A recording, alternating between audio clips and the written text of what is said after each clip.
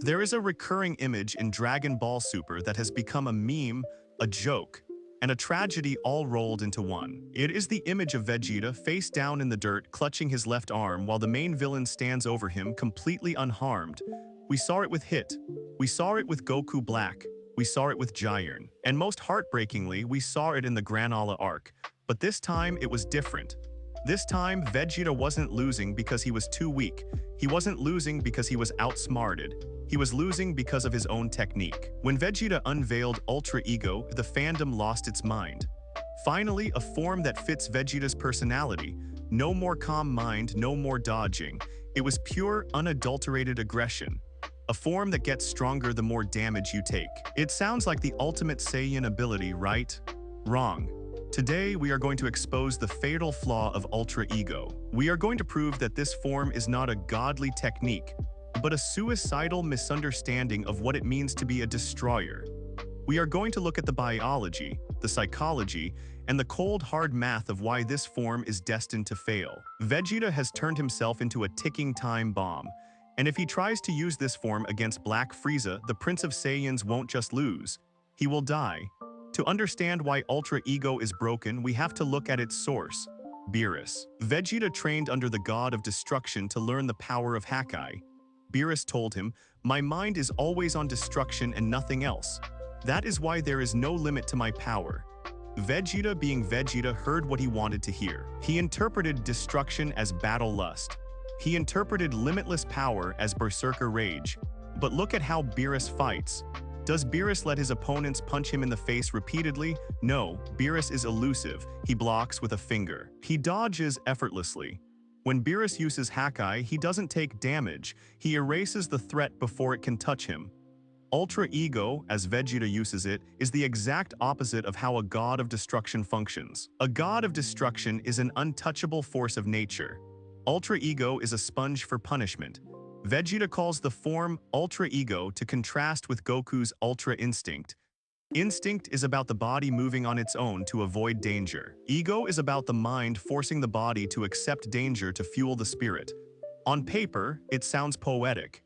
In practice, it is a logistical nightmare. By basing his power on the accumulation of damage, Vegeta has created a form that requires him to be losing the fight in order to win it. Think about that paradox. To reach his peak power, he has to be beaten to within an inch of his life. But once he is beaten to within an inch of his life, he is too injured to finish the fight. He is chasing a horizon he can never catch. Let's analyze the debut fight against Granola. This was the showcase. This was the moment Ultra Ego was supposed to shine. Vegeta takes massive hits. He gets blasted in the stomach, he gets kicked through mountains, and he laughs. He screams, "The hotter my soul burns, the stronger I get." He lands some massive hits on Granola. He starts to overwhelm him, but then reality sets in.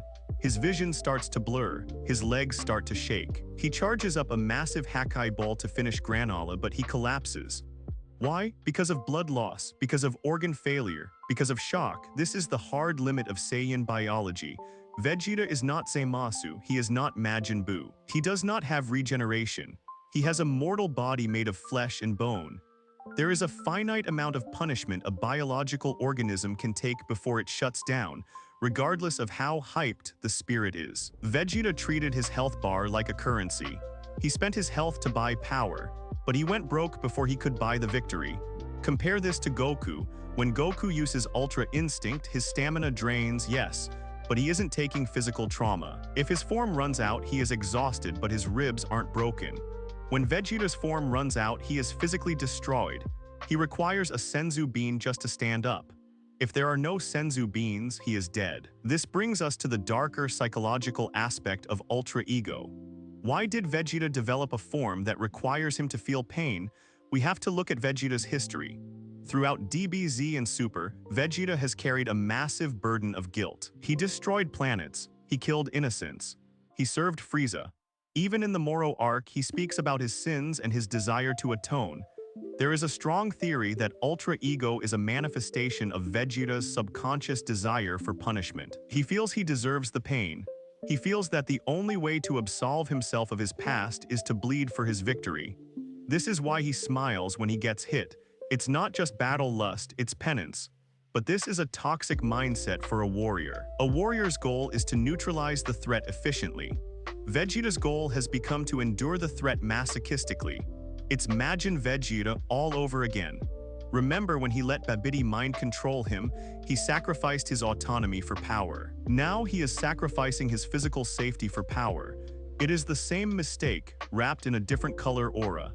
He is letting his pride, his ego, dictate his tactics rather than logic. In gaming terms, a glass cannon is a character that deals massive damage but has low defense.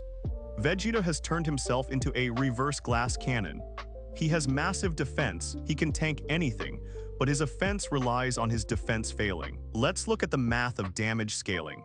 If an enemy hits Vegeta with 100 units of force, Vegeta's power rises to 110.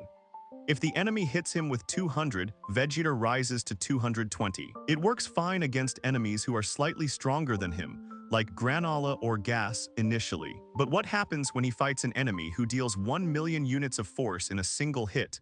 What happens when he fights an enemy who aims for the head? This form relies on the enemy playing with their food. It relies on the villain punching Vegeta in the gut or blasting him into a wall. It relies on non-lethal damage. If an opponent decides to decapitate Vegeta instantly, Ultra Ego is useless.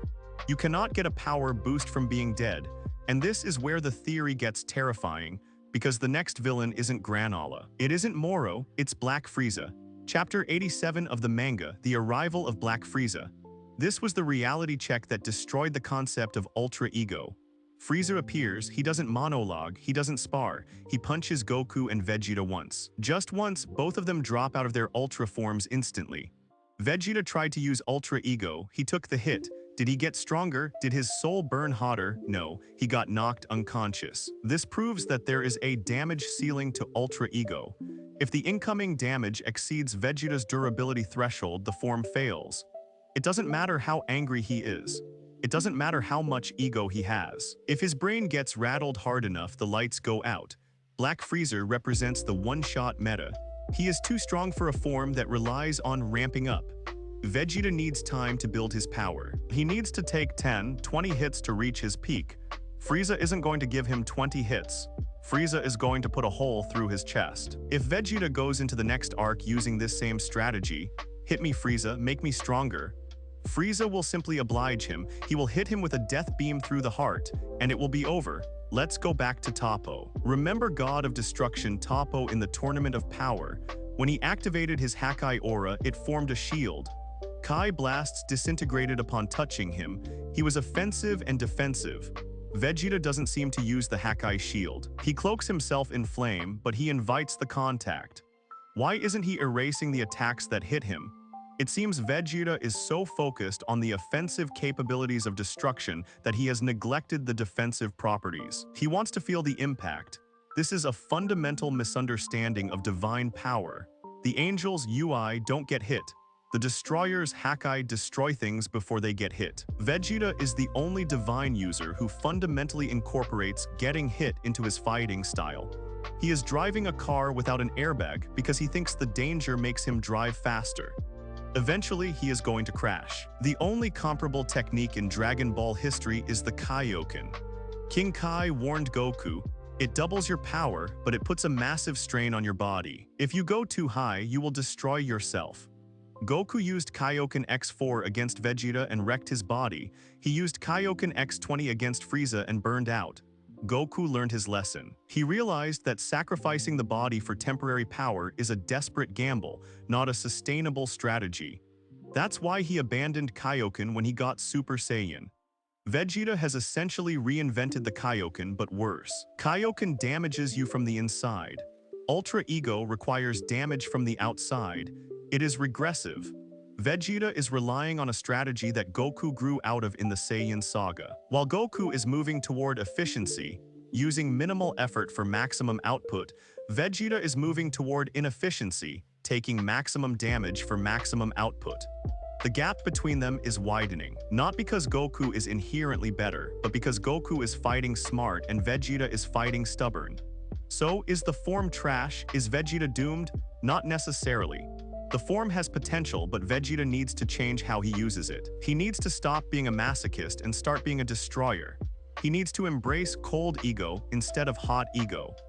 Imagine if Vegeta used Ultra Ego's limitless power ceiling, but combined it with the evasiveness of a warrior. Imagine if he only took damage when absolutely necessary to bridge a power gap, rather than inviting it as a default strategy. Or he needs to master the Hakai Shield. If he can erase attacks as they land, he can absorb the kinetic energy without taking the physical damage. He needs to absorb the momentum, not the bruise. But currently, the manga shows no sign of this. Vegeta is doubling down. He is proud of his bruises. He wears them like medals, and that pride is going to be his downfall. The tragedy of Vegeta is that he works harder than anyone, but he is constantly sabotaged by his own mindset. Ultra Ego is the ultimate manifestation of that sabotage. It is a form that rewards him for his worst habits. It tells him, yes, you are right to be stubborn. Yes, you are right to stand there and take it. It validates the very flaws that have caused him to lose for 30 years.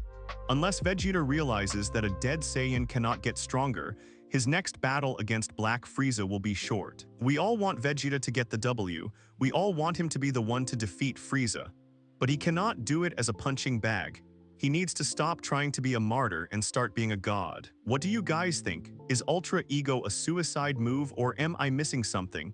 Can Vegeta tank a hit from Black Frieza and survive? Let me know your thoughts in the comments. I know the Vegeta fans are going